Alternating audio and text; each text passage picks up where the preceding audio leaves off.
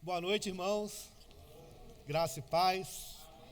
Que a graça e a paz do Senhor Jesus estejam conosco. Amém? Vocês estão bem? Que bom, eu também estou. Deixa eu colocar meu... Não dá para colocar aqui. Irmãos, louvado seja exaltado o Senhor. Eu só estou organizando aqui o meio de campo. Louvado e exaltado seja o nome do Senhor. Que o Senhor seja glorificado, seja exaltado, que nós possamos diminuir, Ele crescer, que toda a honra, toda a glória seja dada ao Senhor, através dos louvores, através da oração, através da comunhão e também através da reflexão da palavra, que é o que nós vamos ter agora nesse momento.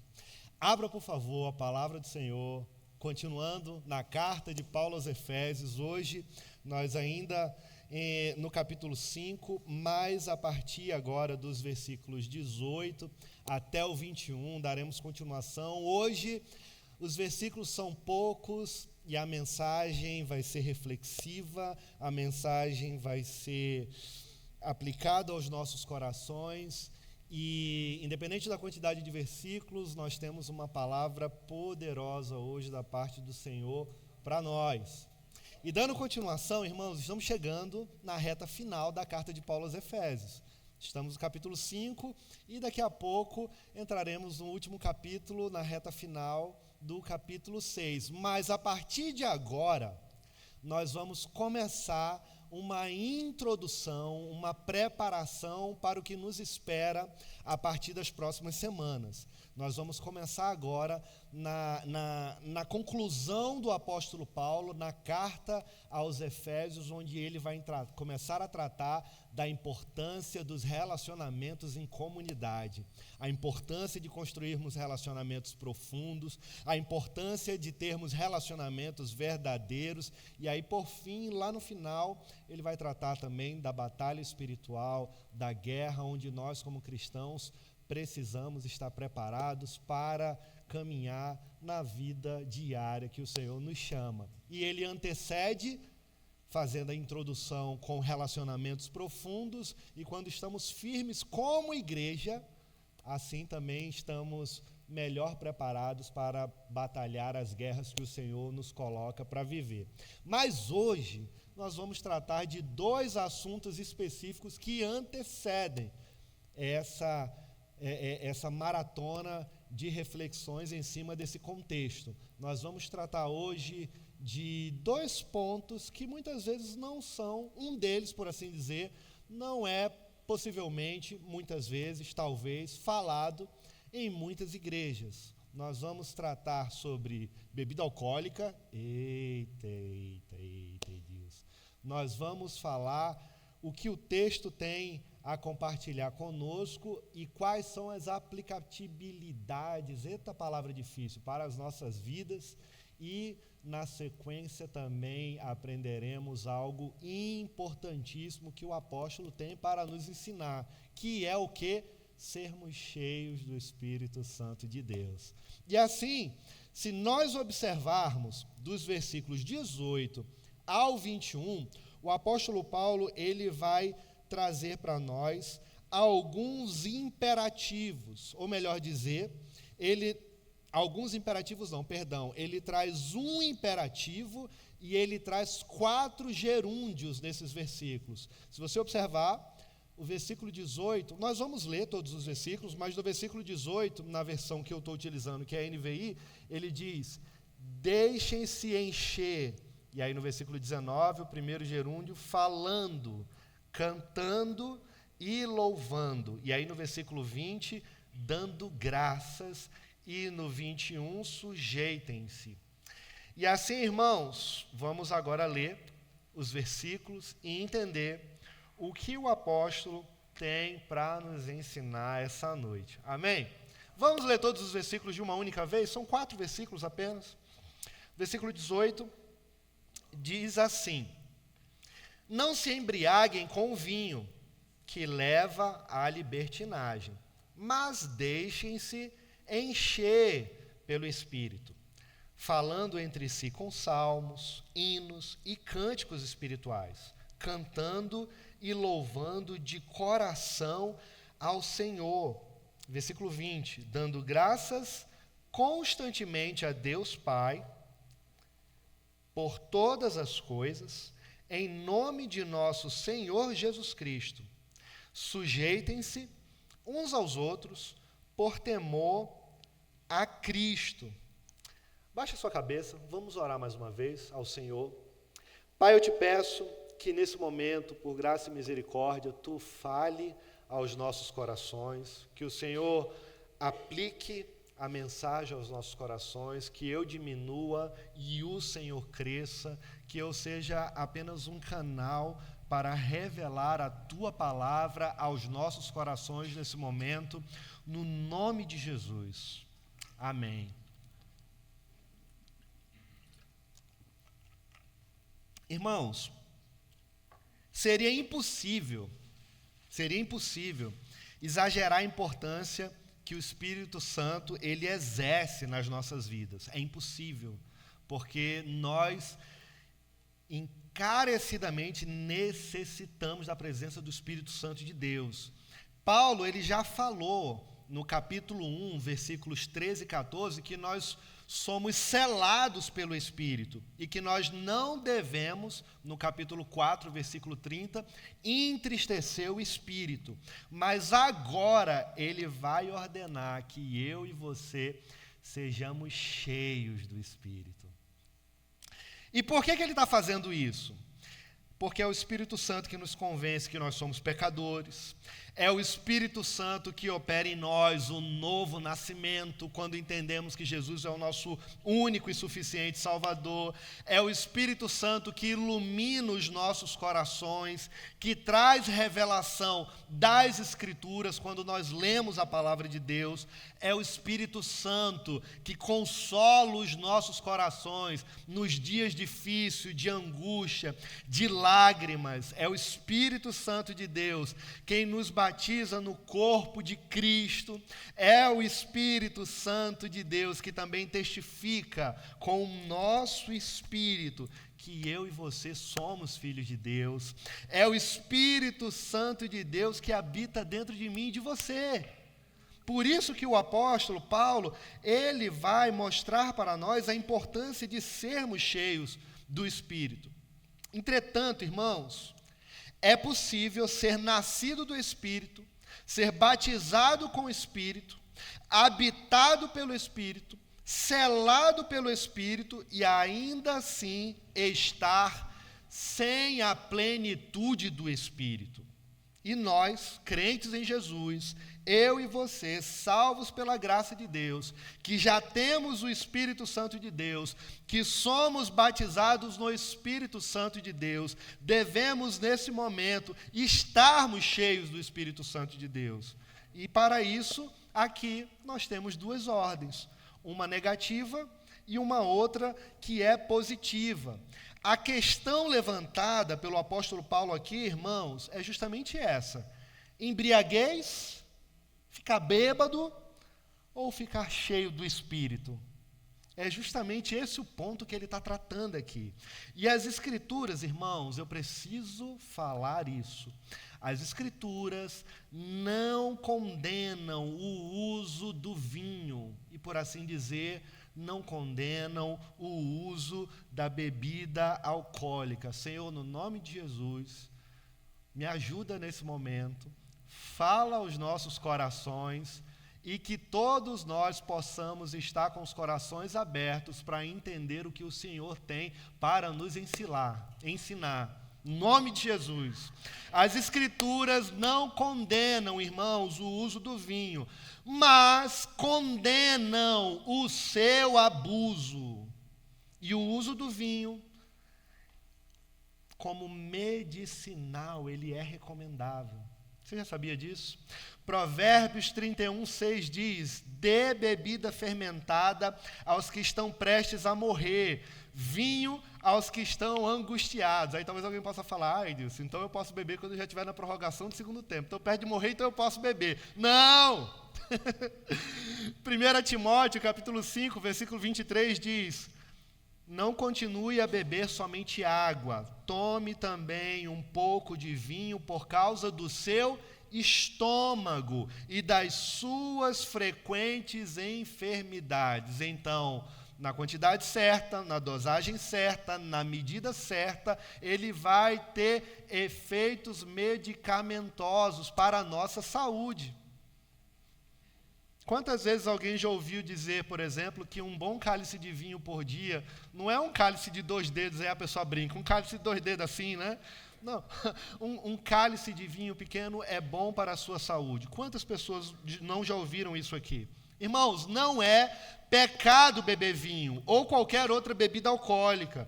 O nosso Jesus, por exemplo, transformou água em vinho. Quando você olha lá no início do seu ministério, o Evangelho de João, capítulo 2, a narrativa dos versículos 1 ao 11. Vocês lembram desse episódio? Jesus estava numa festa de casamento, faltou vinho, e aí a sua mãe veio falar com ele, Maria. Resumindo a história, ele faz o milagre, transforma a água em vinho, e todos estão bebendo. De repente, o mestre de cerimônia, que cuidava de toda a organização do casamento, vai questionar os donos da festa. Por que vocês colocaram o melhor vinho para o final? Geralmente a gente dá o melhor vinho no início e depois que as pessoas beberam, a gente dá o segundo. Mas vocês trocaram, vocês colocaram o melhor vinho para o final. Por quê? Porque foi o nosso Senhor que fez o vinho naquele momento. E ele não fez, por assim dizer, aquele vinho sangue de boi, aquele galão de 5 litros, mancha-pulmão, como as pessoas falam. Ele fez o melhor vinho. Ele fez o melhor vinho vindo dos Alpes suíços, a melhor vinha preparada, cuidada, zelada, talvez um Cabernet Sauvignon, não sei. Mas ele fez o melhor vinho e eles questionaram, por quê? O melhor vinho vocês colocaram no final. Beber não é pecado. Então, quando a bebida se torna um problema, Ed, é aí que nós devemos fazer a pergunta. Se beber não é pecado, quando a bebida será um problema na minha vida e na sua vida? Provérbios 23, dos versículos 29 ao 35, vai dizer que o uso do vinho torna-se abuso quando ele desencamba, quando ele passa a ser excesso. 1 Coríntios, capítulo 6, versículo 12, parte B, vai dizer que o uso do vinho torna-se abuso quando o indivíduo passa a ser dominado pelo vinho. Romanos, capítulo 14, versículo 13, vai dizer que o uso do vinho torna-se abuso, irmãos, quando essa prática ofende a consciência fraca do nosso irmão na fé. Deixa eu me explicar melhor. E aí eu vou abrir um parêntese para dizer que não apenas a bebida alcoólica, mas Romanos 14 está tratando ali justamente sobre a mentalidade dos irmãos, onde muitas vezes a gente, eu e você, não estamos cometendo pecado, mas pela fraqueza na fé, talvez por uma momentânea ignorância do nosso irmão, ele considere que o que você está fazendo é pecado. Eu lembro na época que eu morei em Curitiba, e aí volto para João Pessoa, eu tinha um cabelo grande, eu tinha um cabelão, eu estava com trança raiz, e chego lá em casa, minha avó olha para mim, crente no Senhor Jesus, cresceu na Assembleia de Deus, ela olhou para mim e falou: toma vergonha, você está desviado, é? Isso é cabelo de crente? Eu olhei para ela e falei: não acredito, não. No dia seguinte eu fui lá no salão e cortei meu cabelo. Na força do ódio, pensa na raiva, mas cortei. E aí quando eu cheguei, ela ficou feliz da vida. Aí, meu filho, isso que é um cabelo de crente, que serve ao Senhor. Irmãos, Romanos capítulo 14 está falando justamente disso. E tratando da bebida dentro do contexto que nós estamos estudando, se por algum acaso você tem um irmão fraco na fé, que entende que é pecado, que considera que é pecado, não devemos beber com essa pessoa. E eu não estou falando de se embriagar, é tomar qualquer dose, por mais que seja o mínimo gole possível. Por quê? Porque mais importante do que beber qualquer coisa, o mais importante é zelarmos pelo corpo de Cristo. O mais importante é que eu e você possamos estar caminhando juntos em unidade, em harmonia, no corpo de Cristo. Entendem? Amém?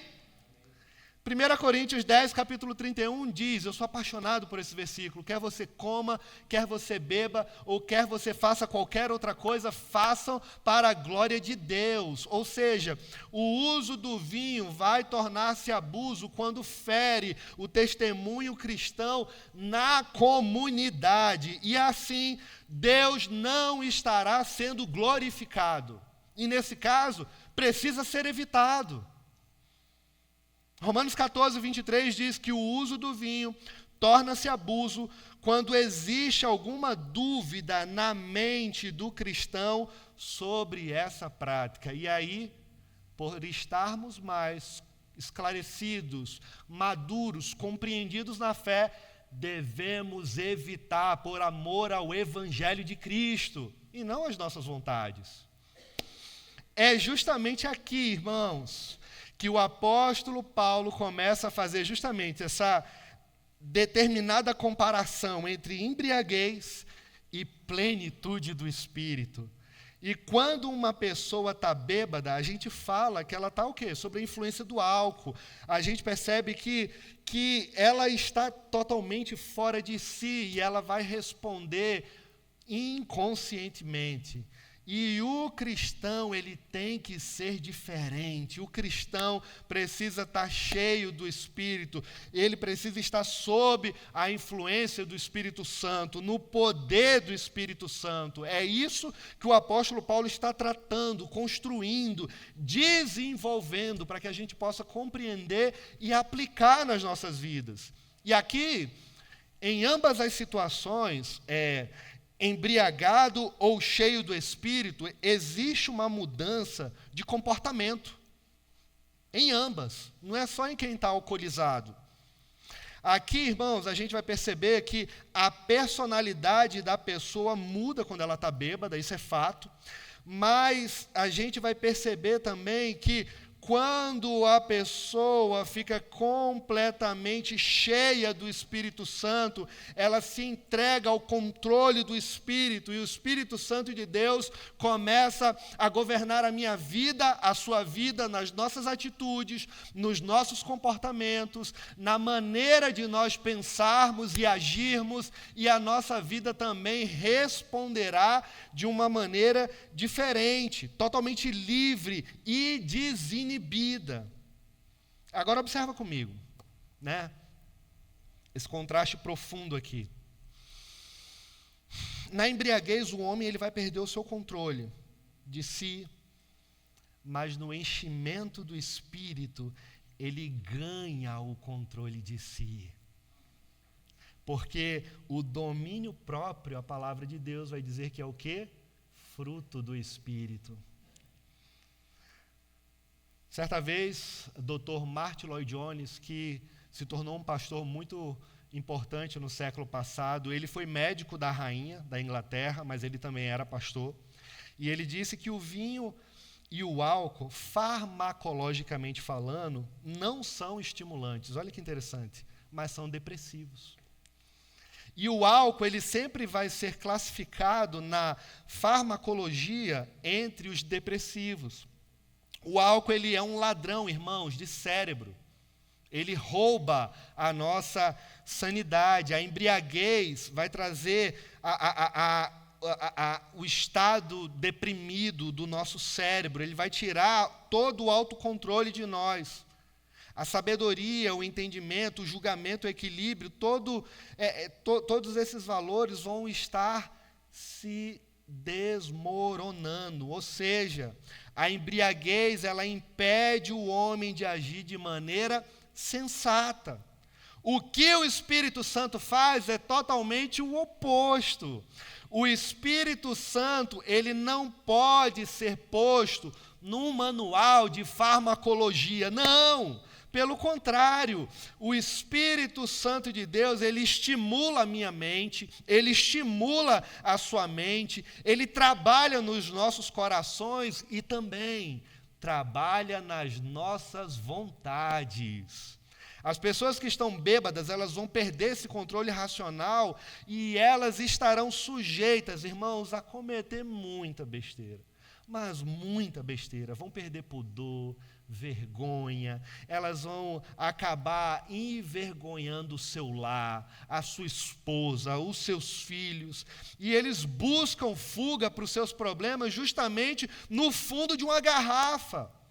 Mas o que eles vão encontrar é apenas um substituto barato, um substituto falso, que traz uma falsa, errônea, ilusória alegria.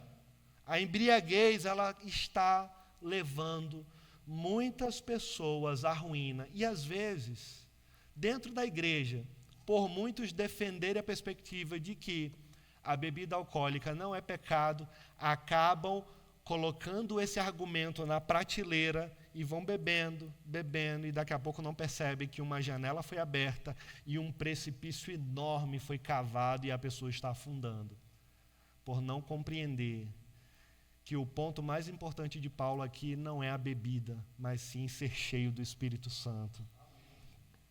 Todavia, irmãos, o resultado da plenitude do Espírito é totalmente diferente.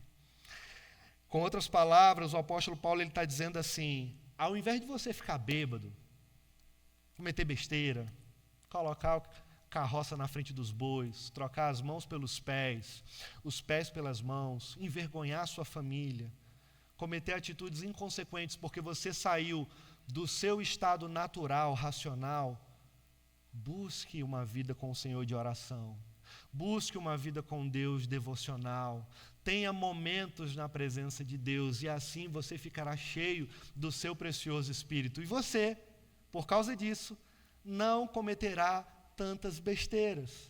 Você errará menos, porque o Espírito Santo de Deus estará conduzindo. E aqui ele vai introduzir, né, na sequência, mostrando justamente alguns benefícios da plenitude do Espírito. O primeiro deles aqui no versículo 19, a parte A, ele diz sobre quando nós buscamos essa plenitude do Espírito, nós temos como resultado a comunhão.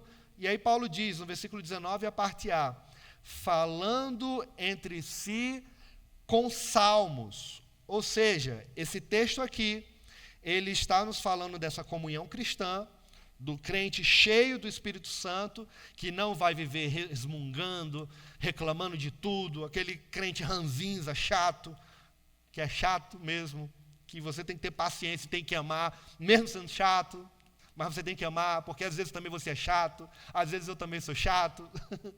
E aqui ele está falando justamente que buscando estar cheio do Espírito, nós não viveremos resmungando, reclamando das coisas, criando intrigas, cheio de amargura, inveja, com aquele coraçãozinho ressentido, sabe? Que qualquer coisa o coração é ofendido.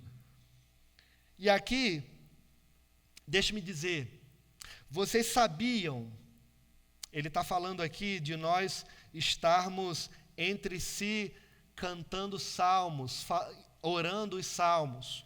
Mas falando dos salmos, vocês sabiam que alguns salmos, eles não são apenas de adoração a Deus, mas eles são também uma exortação mútua? Por exemplo, Salmo 95, versículo 1 diz: vinde e cantemos ao Senhor com alegria, cantemos com júbilo a rocha da nossa salvação. O que ele está dizendo com isso? Que essa é a comunhão na adoração, um convite que é recíproco para mim e para você, ou seja, até quando também nós estamos cantando salmos, orando os salmos, não é apenas em adoração ao nosso Deus, mas também uma exortação para a vida do meu amigo, onde ele também pode exercer essa função de exortação na minha vida, enquanto ele ora, enquanto ele adora ao Senhor, e assim a igreja vai sendo exortada, tratada e cuidada mutuamente uns pelos outros, quando nós olhamos para o Senhor. É isso que ele está dizendo. O enchimento do Espírito é remédio de Deus para toda sorte de divisão na igreja. Quer ver uma igreja não ter divisão? É ela estar buscando a presença do nosso Senhor. É ela estar buscando a unidade no corpo de Cristo, porque nós estamos em Cristo e paramos de olhar para os problemas, paramos de olhar para as adversidades e começamos a buscar a solução. Paramos de olhar para quem quem tem causado problema e começamos a clamar para a solução, para o Deus da solução vir ao encontro dos nossos problemas e resolver trazendo solução. Mas isso acontece como? Quando, como igreja, olhamos para a direção certa e clamamos pelo Senhor e buscamos estar cheios do Espírito Santo. E assim Deus, na sua soberania, no derramamento do seu Espírito no meio da comunidade, vai tratando, trabalhando, conduzindo, restaurando, transformando os corações e assim fazendo com que a igreja esteja de acordo com a sua vontade e não com a nossa vontade.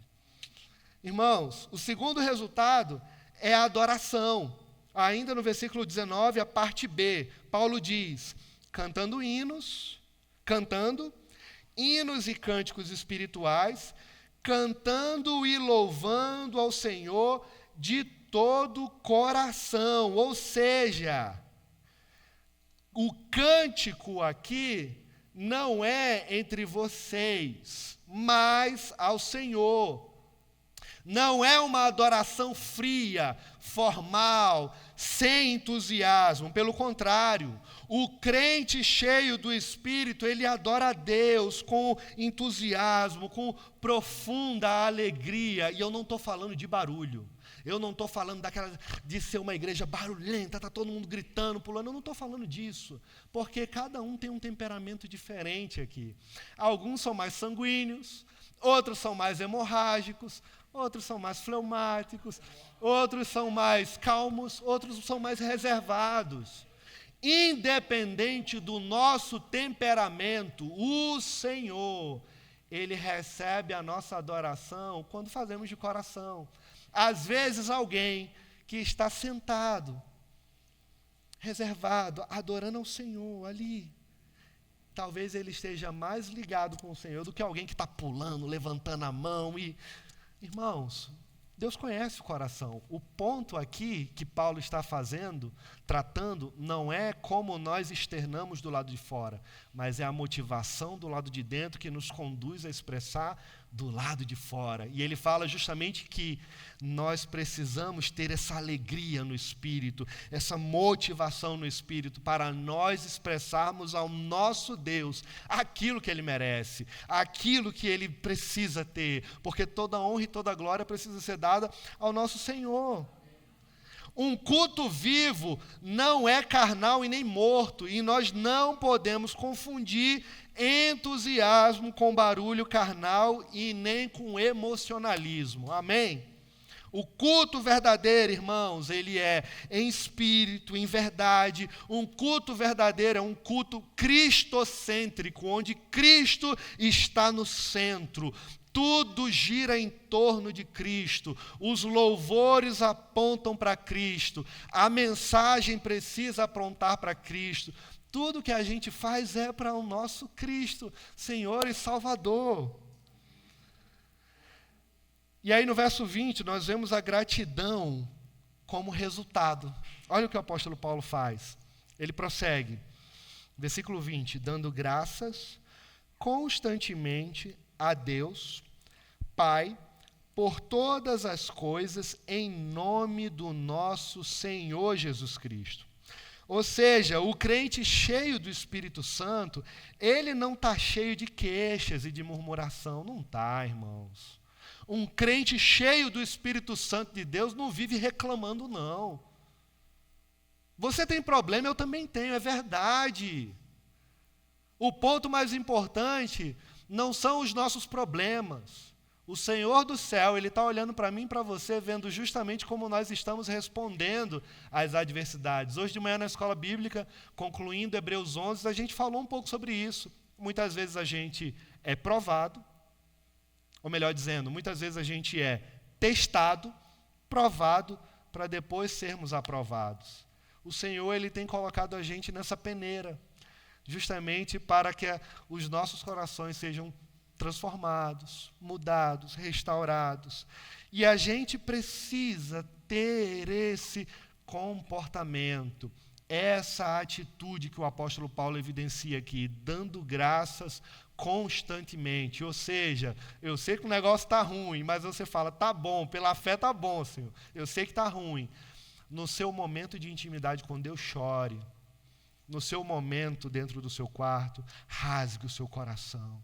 Compartilhe. Tiago 5,16, confesse os seus pecados uns aos outros, procure uma pessoa de confiança, abra seu coração para ser perdoados e curados. Abra o seu coração, faça isso. Mas você não precisa ficar também abrindo sua boca para todo mundo para dizer o que está acontecendo de errado. O tolo se passa por sábio quando fica em silêncio. Há tempo para tudo, para falar, mas há tempo também de calar. Nem todo mundo precisa ficar sabendo o que está acontecendo com você, mas o Senhor precisa e Ele sabe. Então, na nossa intimidade, a gente clama a Deus. Eu lembro o meu pai de coração, eu chamo ele de Painho, mora lá nos Estados Unidos, ele dizia assim, filho, quando eu ia para a escola, à noite, passava o dia inteiro trabalhando, chegava à noite na escola, era uma festa. E às vezes eu estava morrendo de fome porque eu tinha ficado o dia inteiro sem comer, ninguém sabia disso. E eu estava lá, todo mundo sentia minha falta quando eu não ia para a escola. 3º ano do ensino médio. Mas ele me ensinou uma lição preciosa. Ele disse, nem todo mundo precisa saber dos nossos problemas, mas nós precisamos fazer a diferença onde nós estamos. Nunca mais esqueci isso. E o apóstolo Paulo ele nos dá uma lição prática aqui. Dando graças a Deus constantemente, a Deus Pai por todas as coisas. E como a gente faz isso? É em comunidade. Lembra que o contexto aqui que Paulo está introduzindo é justamente de comunidade, relacionamento. A partir da próxima semana nós veremos isso. Ele está introduzindo, dando graças a Deus, dando graças ao nosso Deus Pai constantemente. Ou seja, irmãos, está difícil? Tá, mas fala, Senhor, me ajuda. E você continua adorando ao Senhor. Eu sei que é difícil, mas nós estamos dentro de um grande hospital e o médico dos médicos está cuidando de cada um de nós. O Senhor não esqueceu das suas lutas. O Senhor não esqueceu das suas adversidades. O Senhor sabe o que você está passando. O apóstolo Paulo ele tem plena compreensão disso aqui, mas ele deixa uma orientação clara. Dê graças a Deus. Agradeça ao Senhor. Faça isso constantemente. E constantemente não quer dizer que constantemente você está bem. Constantemente quer dizer que, independente do que você esteja passando, glorifique a Deus. Agradeça ao Senhor. Louve o seu nome. E aí, por fim, versículo 21, o apóstolo Paulo nos mostra que o resultado disso também é submissão. E aí ele diz, sujeitem-se uns aos outros por temor a Cristo. Sujeitem-se Eu estou impressionado com a hora, gente. Está rápido hoje. Sujeitem-se uns aos outros por amor a Cristo. O que ele está dizendo aqui para nós? Uma pessoa que é cheia do Espírito, ela não pode ser arrogante e soberba. Esse complexo de superioridade, ele vem do quinto dos infernos e precisa ser repreendido. Todos nós somos iguais diante do Senhor. Não somos diferentes. Todos nós, nesse exato momento, o Deus do céu está olhando para mim e para você da mesma forma. Não existe hierarquia aqui, irmãos. Todos nós somos iguais diante do nosso Deus. E uma pessoa cheia do Espírito Santo não pode ser arrogante, muito menos soberba. Os que são cheios do Espírito vão ter um caráter, irmãos, parecidos com o de Cristo. Eu não vou dizer igual porque Cristo era perfeito, a gente não é. Mas Cristo diz que nós devemos imitá-lo, que nós devemos buscar ser parecidos com Ele, embora a gente não consiga nessa terra, mas a gente caminha, porque enquanto a gente vai errando, falhando, Ele vai exercendo graça e misericórdia e tratando os nossos corações e corrigindo. E dentro desse processo, Ele vai nos moldando, forjando o nosso caráter, fortalecendo a nossa fé, trabalhando nos nossos corações, e aí sim, a gente vai se parecendo um dia após dia, um pouquinho a mais com Ele, até Ele voltar ou a gente partir. Só quando a gente estiver no céu, que teremos um corpo glorificado, não haverá mais pecado, e aí sim estaremos 100% regenerados. Mas dentro desse processo, nós devemos buscar ter o caráter de Cristo enquanto buscamos estar cheios do Espírito. E quem busca o caráter de Cristo é uma pessoa mansa, uma pessoa humilde de coração. E aí em Cristo, irmãos, tanto eu quanto você devemos ser submissos uns aos outros. O entusiasmo que o Espírito Santo inspira, ele não deve ser expresso de maneira individual, mas sim em comunhão. Ou seja, Paulo ele vê aqui os perigos da individualidade na igreja de Corinto. Quando você olha a carta que ele escreve em 1 Coríntios capítulo 14, ele percebe todo o individualismo dos irmãos, falhas no caráter que precisavam ser tratadas e corrigidas, e ele vai tratando, mostrando que existe um perigo enorme quando eu e você queremos ter uma carreira solo, quando eu e você queremos estar no pedestal, quando eu e você queremos estar na frente de todos os outros, porque o Senhor não fez eu e você para agirmos individualmente. O Senhor, Ele fez para que eu e você possamos viver coletivamente. Esse é o significado de igreja. E dentro dessa coletividade, eu e você aprendemos uns com os outros todos os dias.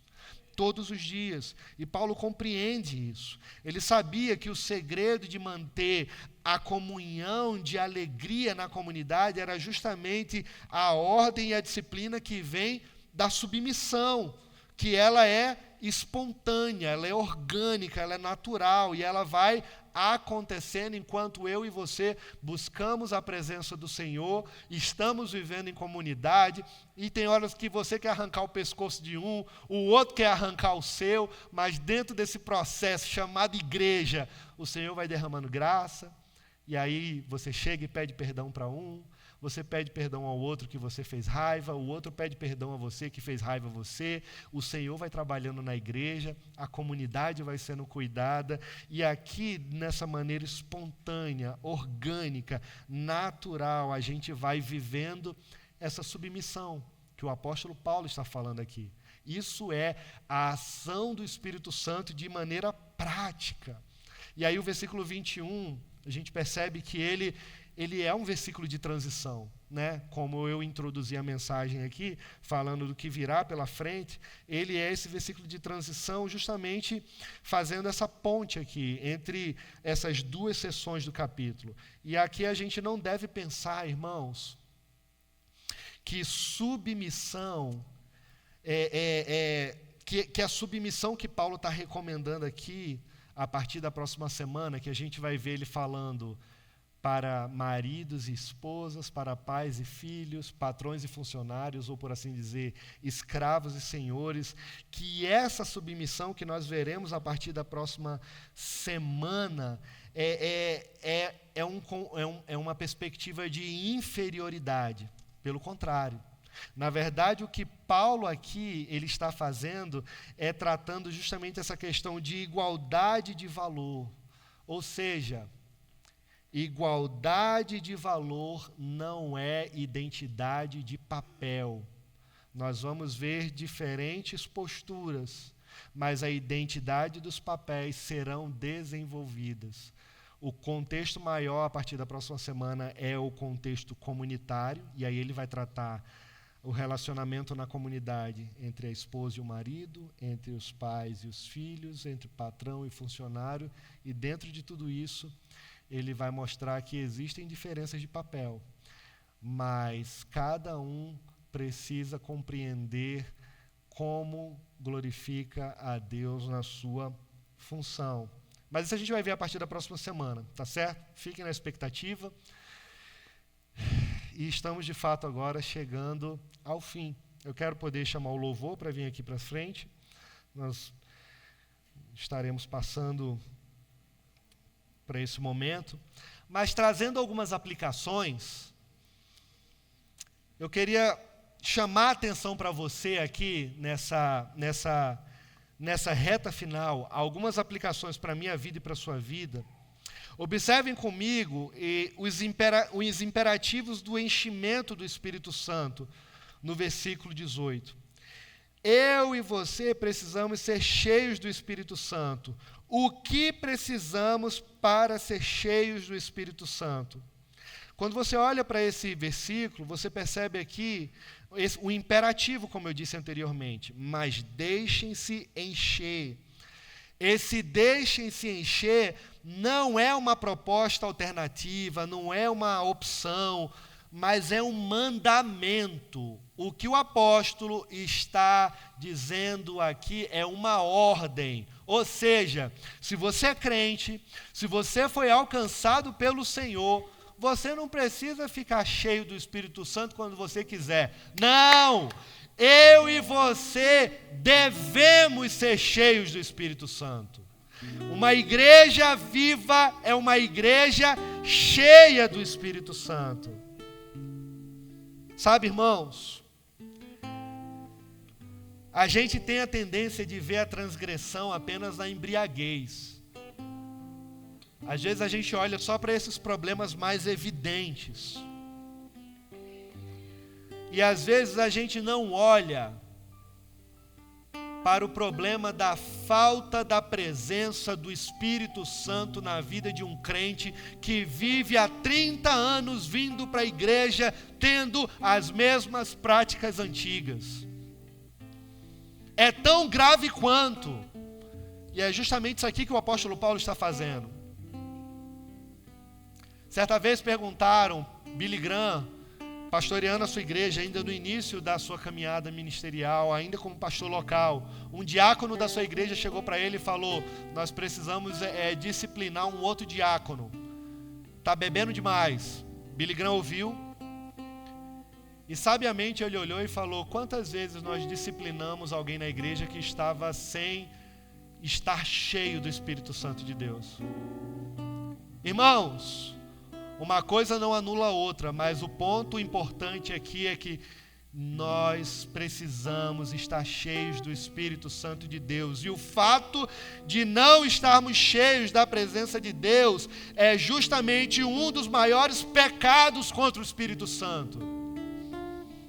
Uma das orações do grande reavivamento do país de Gales, tem um livro muito bom que trata do avivamento de Gales, que o nome se chama O Mundo em Chamas. A oração que era feita, clamando por aquela nação na época, era justamente essa: enche-me, Espírito Santo, mais que cheio eu quero estar. Eu, menor dos teus vasos, posso muito transbordar. Esse é o ponto, irmãos. Somos pequenos, somos falhos, temos muitos defeitos, nós temos demais. Se vocês soubessem os meus defeitos, vocês nem queriam me ouvir. E talvez se eu ouvisse os defeitos de vocês, eu me escandalizaria. Mas a verdade é que Deus é um Deus de misericórdia, que restaura, conforta, consola e transforma. E dentro desse processo chamado igreja, nós necessitamos clamar pela presença do Senhor. Precisamos clamar pela presença do Espírito Santo de Deus. Sabe por quê, irmãos? Porque tem coisas na minha vida e na sua vida, por mais que a gente tenha inúmeras habilidades, nós não iremos resolver. Porque tem coisas que apenas Deus pode fazer e nós não temos condições. E Deus, Ele vem ao meu encontro e ao seu encontro para fazer aquilo que eu e você não temos condições.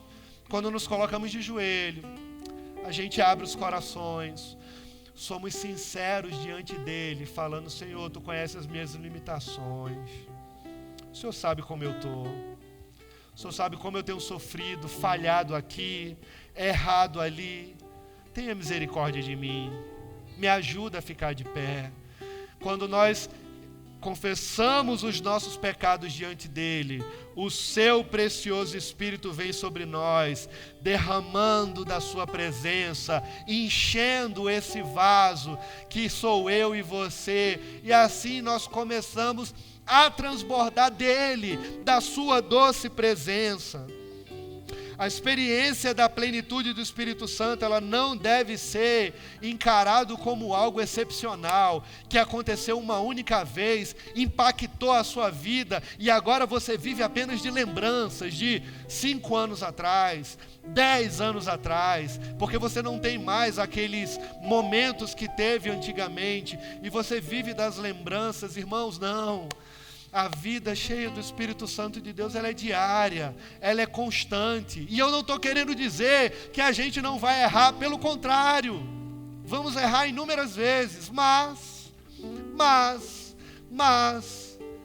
nessa caminhada, quando nós nos prostramos diante dele e confessamos as nossas fraquezas, clamamos por misericórdia, pedimos perdão, pedimos para ele vir ao nosso encontro, fazer aquilo que nós não temos condições, o seu precioso Espírito vem, o seu precioso Espírito penetra no meu e no seu coração. Ele vem naquelas situações, na minha família, na sua família, e começa a trabalhar de maneira sobrenatural, como nós nunca imaginaríamos que poderia ser resolvido, solucionado, transformado, e ele vai agindo.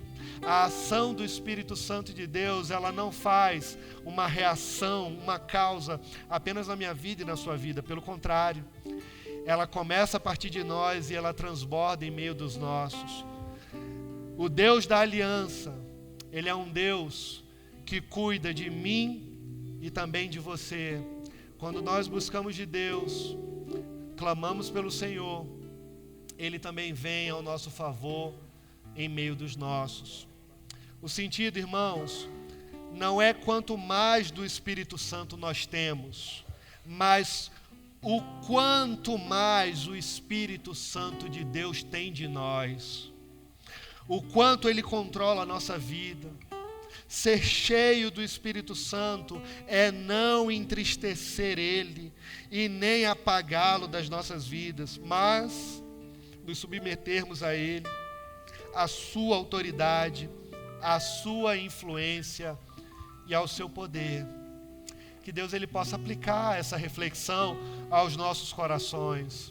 Eu sei que muitas vezes é difícil, irmãos, até para orar. Parece que a gente ora e o teto é de vidro. A gente ora, parece que a oração não passa do teto. Isso já aconteceu comigo inúmeras vezes. A gente ora e fala: Senhor, o Senhor está ouvindo mesmo a minha oração? O Senhor está ouvindo o que eu estou falando? Parece que você está sozinho e Deus não está te ouvindo, mas Ele está. Ele está. Enquanto nós buscamos ao Senhor, Ele vai trabalhando nos nossos corações. Amém? Baixe a sua cabeça nesse momento. Vamos orar mais uma vez. Pai, eu te peço, Senhor, aplica essa palavra aos nossos corações. Espírito Santo de Deus, ministra aos nossos corações. Nos revela a tua doce presença. Nos enche do teu precioso Espírito. E dessa forma que eu oro, te agradecendo pelo que o Senhor já tem feito nas nossas vidas e pelo que o Senhor irá fazer. Que o teu nome seja exaltado e glorificado para todo sempre. Amém.